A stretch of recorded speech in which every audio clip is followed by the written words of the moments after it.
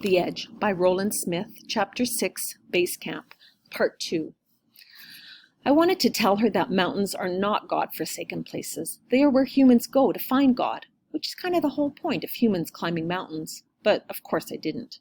Mom tried to break the tension with a cheerful question. So, where is everybody? I have no idea, Cindy said. The climbing guru, or whatever they call him, took all the kids for a hike several hours ago. He said he wanted to see what kind of shape they were in, which was ridiculous because the only one that looks out of shape is him. I bet the guy is 100 years old. The camel and the donkey are his. Apparently, he rode them here instead of taking a helicopter. So there's a good chance that he's a nutcase. Well, what's his name? I asked. He was here when we got here, Cindy said. I didn't catch his name. Short, bald dude with a funny accent. Not very friendly. She looked at Mom. Anyway, I'm glad you're here. It will be fun to have someone to talk to for the next 10 days. About the only thing I do around here is skip rocks in the river. I didn't know what I was going to do when everyone was off climbing. To be honest, our so-called Afghan guards creep me out. All they do is stare at me or leer, and I'm pretty sure they're making snide remarks, but I don't know what they're saying. I looked at her snakeskin pants and had a pretty good idea what they were saying. Women in Muslim countries don't dress like Cindy. Well, J.R. began, Terry here is a world-class... Mum cut him off. I guess we should grab our gear and set up our tents before it gets dark. Cindy pointed at the campsite. Philip's and my tent is the big blue one over there. The Afghan guards will clear the rocks away. Well, most of the rocks. I swear they left some under our tent intentionally to make us uncomfortable. I better catch up with Philip before his pout gets out of hand. You know how artists are. We watched her walk away. I am so sorry, J.R. said. No worries, my mom said.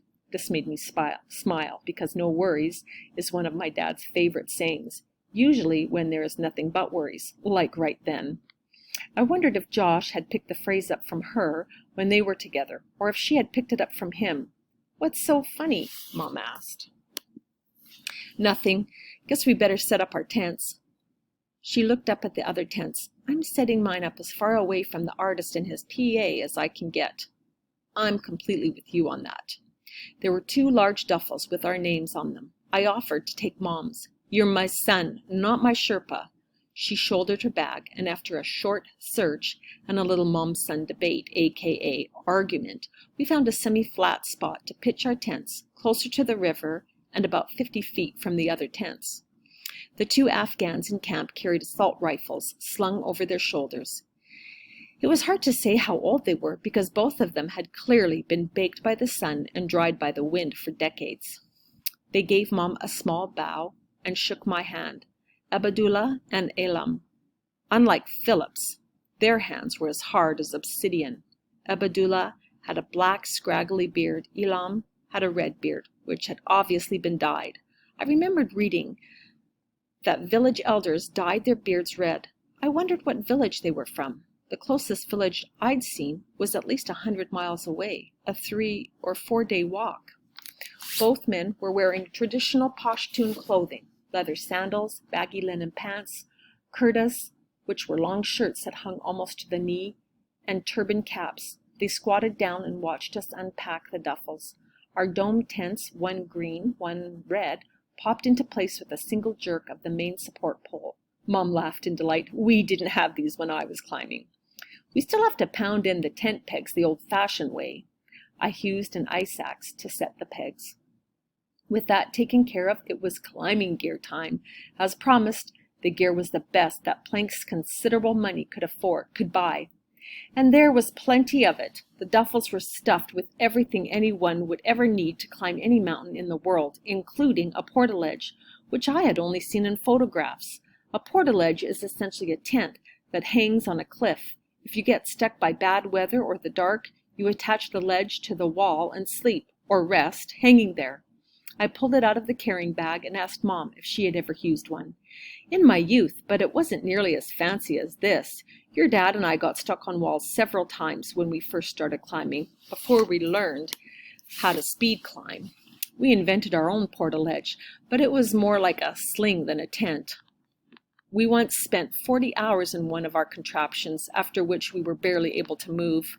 I think one of the reasons we shattered all those climbing records was our fear of hanging on walls. Some of those shattered records still stand. Do you miss it? I asked. I just told you I didn't like hanging on. You know what I mean. Do you miss climbing?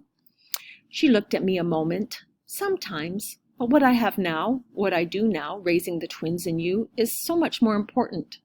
So why did you come? I've been thinking about that. At first, I told myself it was because of you. That I wasn't about to let you go off to Afghanistan by yourself. But that didn't ring true. By the time I was your age, I was completely on my own, climbing every day all over the country. My parents had no idea where I was or what I was doing. They knew that if they objected, I would still have climbed anyway. So they essentially kicked me out of the nest, which is what I did to you when you went to Everest. I think my motivation in tagging along here was spontaneity. That's something I haven't had in years. Responsibility trumps spontaneity. This was a good time to go, and it might be my last chance for a while. As the twins get older, they are going to need more of my time. And I am getting older. Climbing is a young person's sport, younger than me anyway. I was a little shocked to hear this. Mom rarely talked about how she actually felt, except when I was doing something wrong. You're going to climb? She smiled.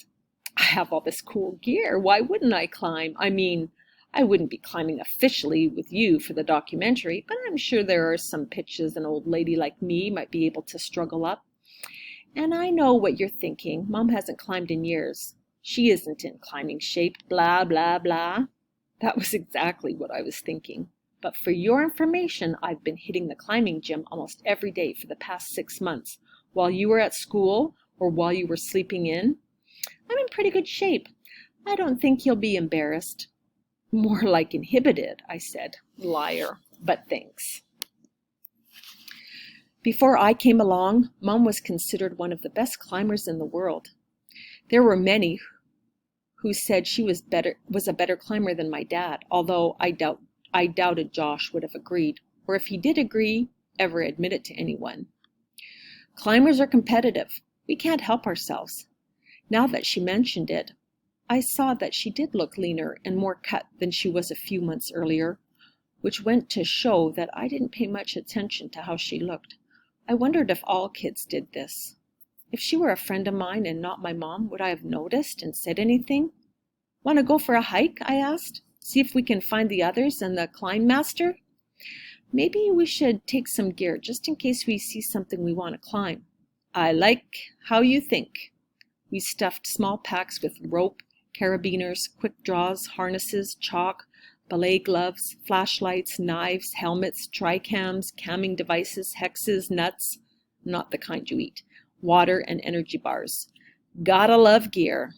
Abdullah and Elam had a short conversation with each other as we slipped into our heavy packs. Abdullah wandered over to the film crew 50 feet away and squatted down to watch their gear sort, which was probably more interesting than our sort because they had cameras and sound equipment in addition to their climbing gear.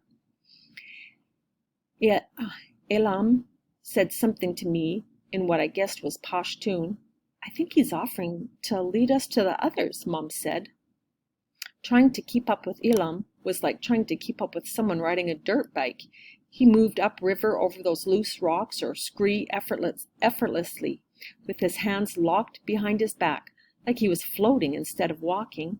We almost had to jog to keep him in sight. His pack is tiny, Mom pointed out. I don't think it would make any difference. He'd still walk the pants off of us. Elam took a sharp left onto a narrow, twisted animal trail and headed straight uphill. His rapid pace didn't alter, and soon he disappeared. We stopped to drink water. I don't think Elam was even carrying water. I bet you $1 that when we get to the trailhead, Elam is napping in the shade of a tree, Mom said. You're on. The only reason I took the bet was that I was pretty certain there wouldn't be trees at the top of the trail. Trees and bushes need water, and what lay ahead was as dry as any landscape I had ever seen. Mom took the lead, and set a pretty fast pace herself, a pace I could have kept up with but didn't, because I didn't want to rush. I wanted to enjoy the feel of Afghanistan under my old boots. It isn't long before she vanishes like Elam. I'm climbing alone. The rocks slip and crumble under my boots. In several places, I have to use my hands to catch myself from skidding backwards on the scree. After one of these skids, I pause to catch the view. But what I'm really doing is catching my breath. I see something move a couple 100 feet above me along the cliff face. A flash of dusty white. Elam? His pants and kurta are white, a soiled white, but he couldn't possibly be this far ahead, nor could he be traveling horizontal on a sheer cliff in sandals. I wipe the sweat from my face and shade my eyes against the glare of the sunset. I wish I'd thought to bring sunglasses and binoculars, both of which Plank provided. I catch the flash of white again. It isn't Elam. It isn't Mom. It's a shen, a snow leopard. It makes an impossible leap, 12 feet, maybe 15. Up the sheer rock face, landing on a narrow shelf as if it's lighter than air. Impossible! A hallucination? A flashback caused by altitude, dehydration, sun, jet lag, or a combination of all four? But it isn't. The cat pauses on the narrow ledge and looks down at me. I see its thick tail clearly, flicking back and forth. You okay? Mom had backtracked to check on me. I pointed up at the cliff. Did you see him or her? Him or her what? I scanned the wall. There was no sign of the shen. I guess I just imagined. I saw, a familiar but completely out of place voice said. Now I really thought I was having an audio hallucination. I turned toward the sound of the voice to confirm that I had officially lost it. Standing up the trail just past Mom was a man. It wasn't Elam. Mom turned and looked at the man. I don't understand. What did you see? A shen, Zopa answered. I translated, a snow leopard.